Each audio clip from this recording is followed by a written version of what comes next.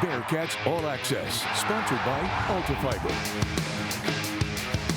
It is Saturday. That means it's time for another episode of Bearcats All Access. Exciting time here on the campus of the University of Cincinnati. It is officially college basketball season across the country, and that includes right here in Clifton, where the basketball team got their season underway earlier this week. And for the football team, despite a loss this past week on the road at Utah, they still controlled their own destiny for a Big 12 title. We start right there in an exciting show today with our Coach's Corner, presented by Altafiber. Here is part of my conversation with head football coach Scott Satterfield.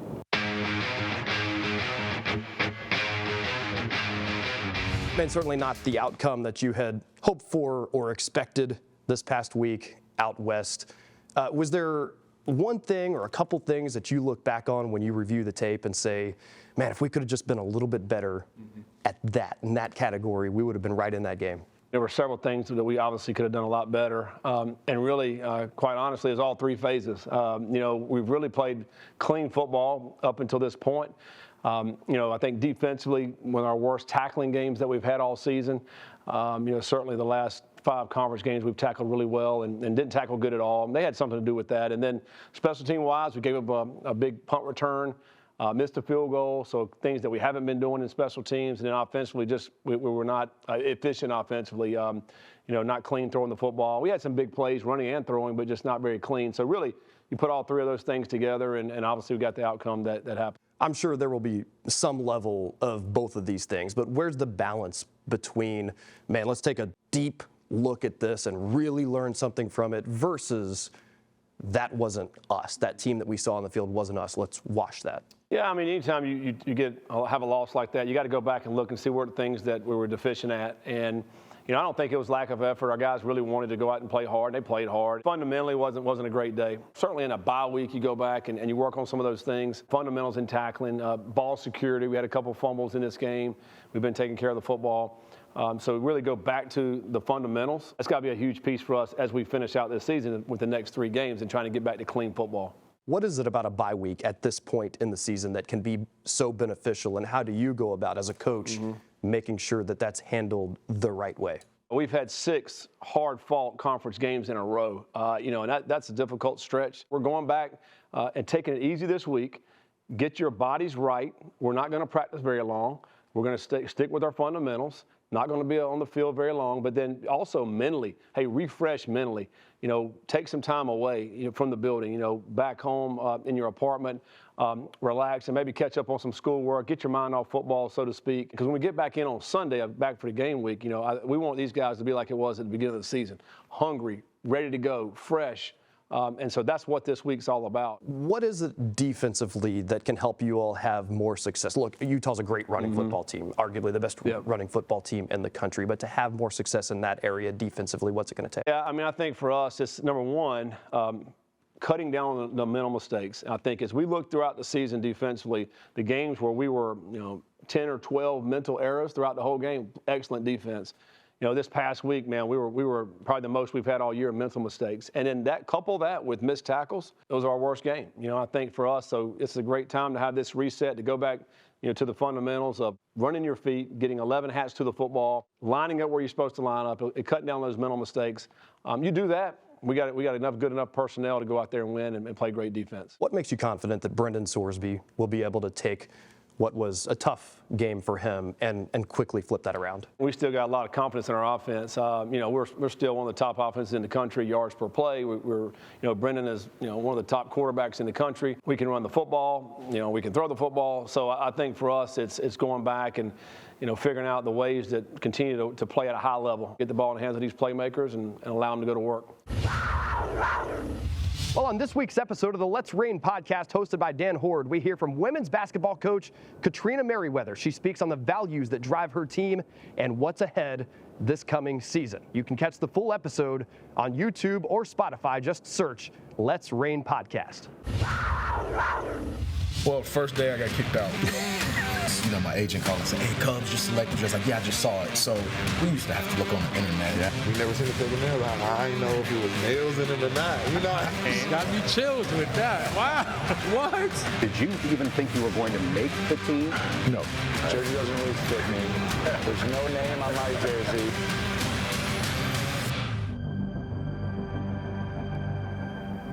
Hi again, everybody. I'm Dan Horde. Welcome to the Let's Rain podcast presented by Cincy Light, Cincinnati's light beer. I'm going to catch up with Katrina Merriweather. She gets set to begin her third year as the head coach at her alma mater.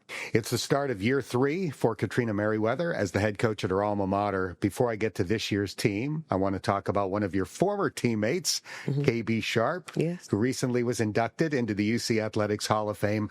What did it mean to KB's former teammates to see her go in? We were incredibly proud, and we knew she deserved it the whole time. When you play with KB, you are getting a tough, hard-nosed, 40 minutes a game, never let up type of point guard. And some people don't know she didn't start there.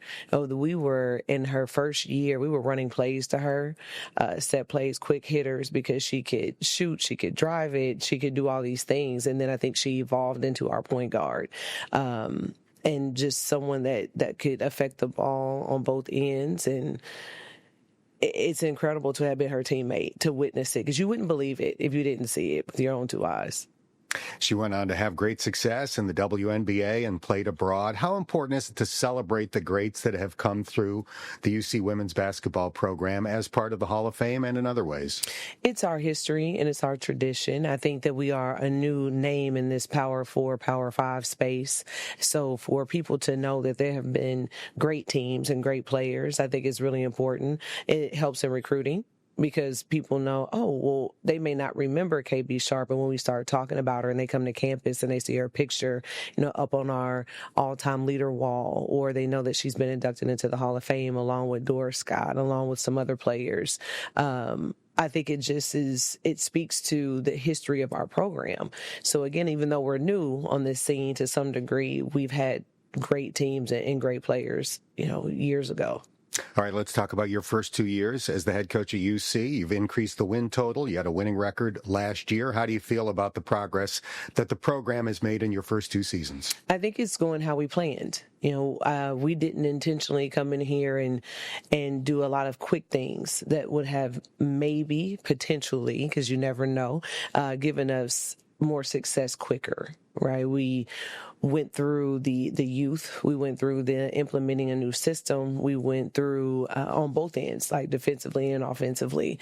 And I think that we figured out that this was how we could build it and keep it sustainable, how we could have a strong foundation instead of a shaky one or a rocky one that then wouldn't allow us to have success in an upward trajectory. So we're proud of it. I think everyone's eager for the next step, especially my teammates and coaches. Let's make that clear. And I think that what we did with this recruiting class and the retention from last year's roster, I do think we're taking another step forward. You do have key returning players back. I'm sure that you're counting on them for leadership. Tell us about Reagan Jackson and Destiny Thomas and what they mean in those areas. Reagan Jackson was just waiting for her turn. I think she had leadership ability as a freshman. She just respects her upperclassmen and understands deference, which is very rare in 2025. But she stepped right in the minute that the seniors graduated. She knew that it was up to her to not just continue to push us forward on the floor, but our culture forward. Destiny Thomas, who has been with us since the previous institution, just knows everything. Like, she knows me well. She knows the system well. She's a very calm presence. She mentors our post players, like all the things. Looking forward to it. Appreciate your time. Best of luck this year. Thank you. I appreciate you.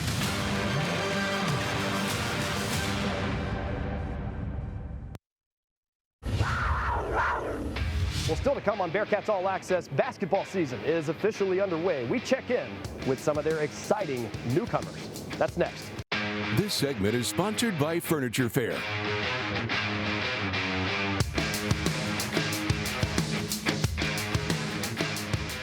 Well, it is officially college basketball season across the country, and that includes right here on the campus of the University of Cincinnati. We got our first glimpse of the 2025 Bearcats team earlier this week when they opened their season, and newcomer Sean Abayev scored 18 points in his debut, a 31-point win for the Bearcats over Western Carolina. Abayev is a 6'8" forward. He was one of the top recruits in the country coming out of high school, and he's already having early success in his time here in Clifton. Head coach Wes Miller said he puts winning at a premium and said Sean makes all the guys around him better. My name is Sean Abayev. I'm from Broward County, Florida, and I'm a Bearcat now.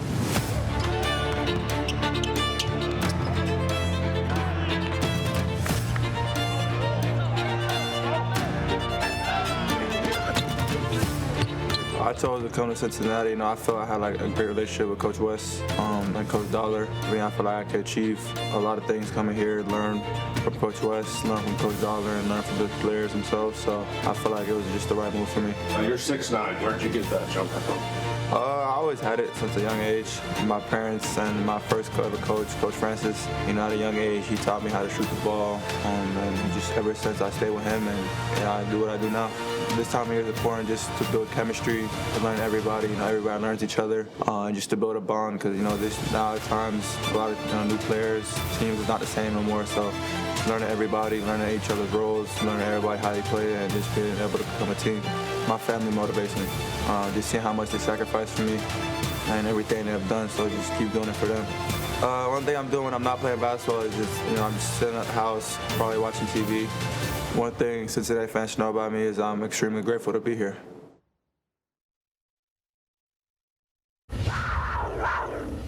Well, as we continue to take a look at the newcomers on the Bearcats basketball team, let's talk about Baba Miller, another one of the 3 players who scored 18 points in the Bearcats' first game of the season Monday night against Western Carolina. He's a 6'11" forward from Spain, and head coach Wes Miller calls him a versatile, high IQ player.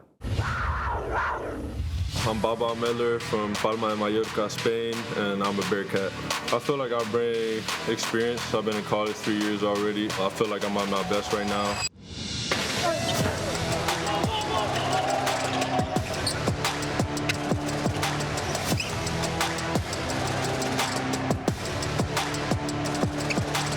Coach Miller, I feel like he really understands how I play and what I can bring to a team, and I'm just excited to be a big part on a winning culture. Since I got here, teammates, coaches have been super kind, very friendly, and then the city, is way better than I expected.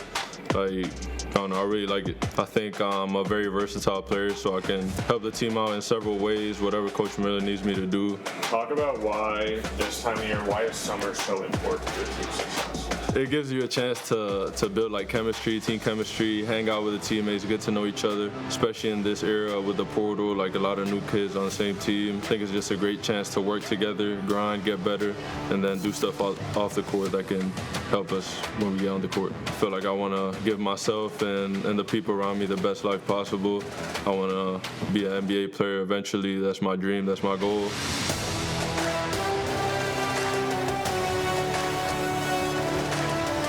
I'm a big soccer fan. Cristiano Ronaldo, the best player in the world, and I'm a Real Madrid fan. I do know how to golf. I want to get better. I'm gonna probably go get fitted with Coach Miller. I'll probably buy some golf clubs out here. I gotta do it in the summer because I know in winter it get cold out here. So. Still to come on Bearcats All Access, we get to know one UC athlete who has worked hard and changed his life with the game of football. Well, it is year 3 in Cincinnati for defensive end Jalen Hunt. Unfortunately, had to miss all of last season with an injury, but he's been a key contributor for the Bearcats this year, a big part of that 7-game winning streak for a team that does still control its own destiny toward a Big 12 title. This is our Bearcats Spotlight with Jalen Hunt, presented by Furniture Fair. Really enjoyed my time sitting down with a young man who has changed his whole life with the game of football.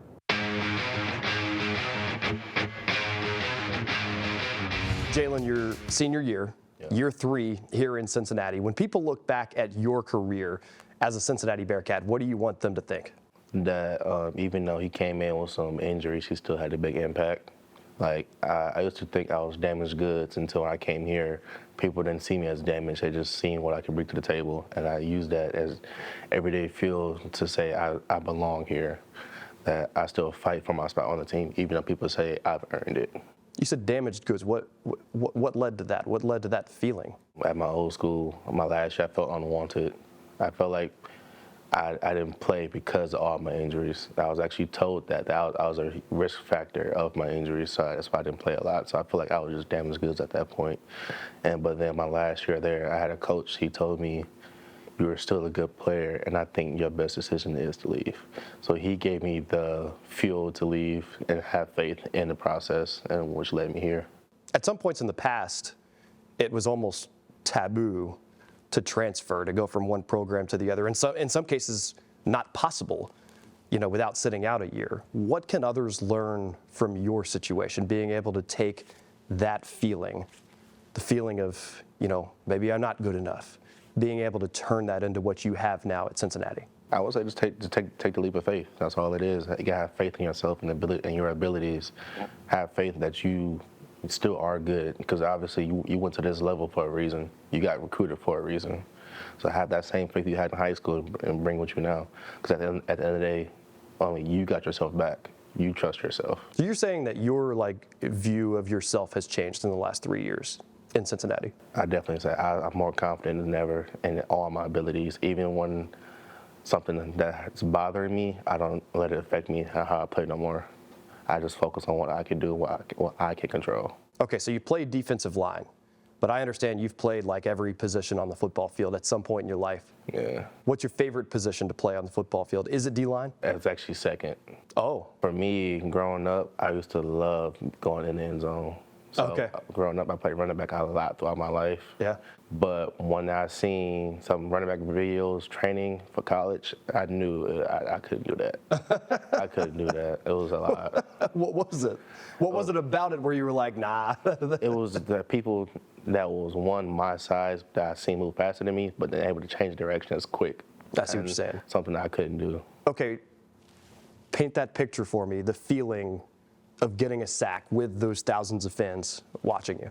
I felt like my heart outside my chest. I felt all the roars throughout my entire body. It was like a thrill to where, like an out-of-body experience. I'm looking around, all I see is fans screaming red, and then next thing I know, I got my teammates in front of my face. Like, oh my, it was a lot to process at first, because I never had my first career sack until Cincy. So when I first had it, it was like, oh, so this is what it's like. What's the most important thing for this team down the stretch if you're going to accomplish everything that you still can? I would say just keep doing what we've been doing, stay connected throughout the whole process, because like we said, it's a long journey. It's not just going to be cut short, but if we all stay connected and continue to believe in ourselves, we're going to get what needs to be done. Still to come on Bearcats All Access, we are going for a run. We check in with the UC cross-country team after they made a little history.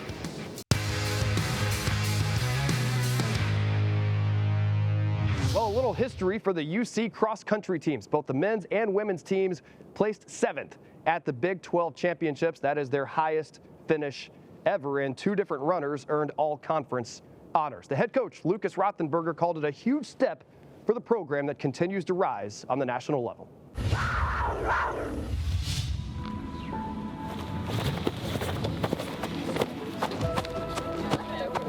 We're not running hard today, we're jogging easy, and it's just like some recon, okay? If we pay attention and kind of engage for like 45 minutes here, that's gonna make it a lot easier the rest of the day to not even thinking about the race. We don't wanna be thinking about the race at the hotel too much. So engage, pay attention, call stuff out if you notice things. I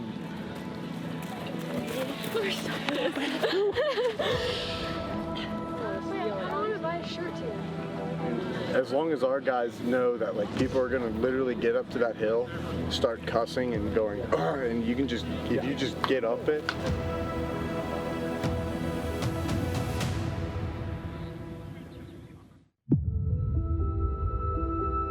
This is a course that's going to challenge you not exactly to be fast. You're going to be challenged to be tough. You're going to be challenged to be gritty. A number of turns, climbs, steep descents. Boys are going to be fighting today.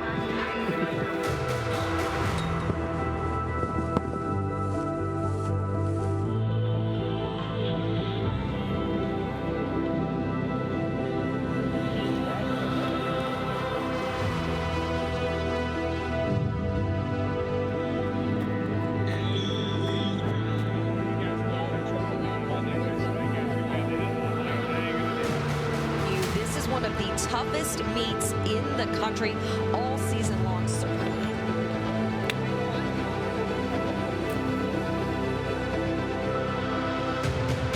guys are ready to do this.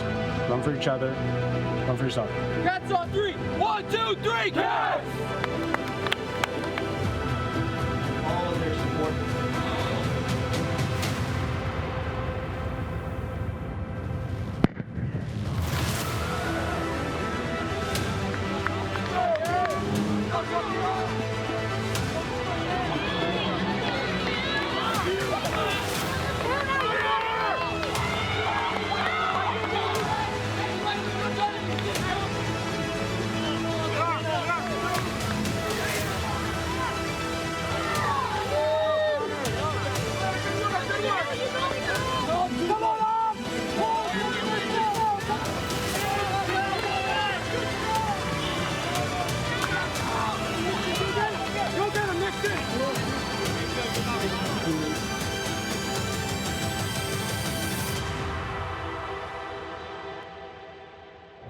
You always have high expectations. That's what's fun about the sport. You dream a little bit, so I think we dream pretty high. Cincinnati, Nixon Pugai. Today, a freshman from Cincinnati, and let me show.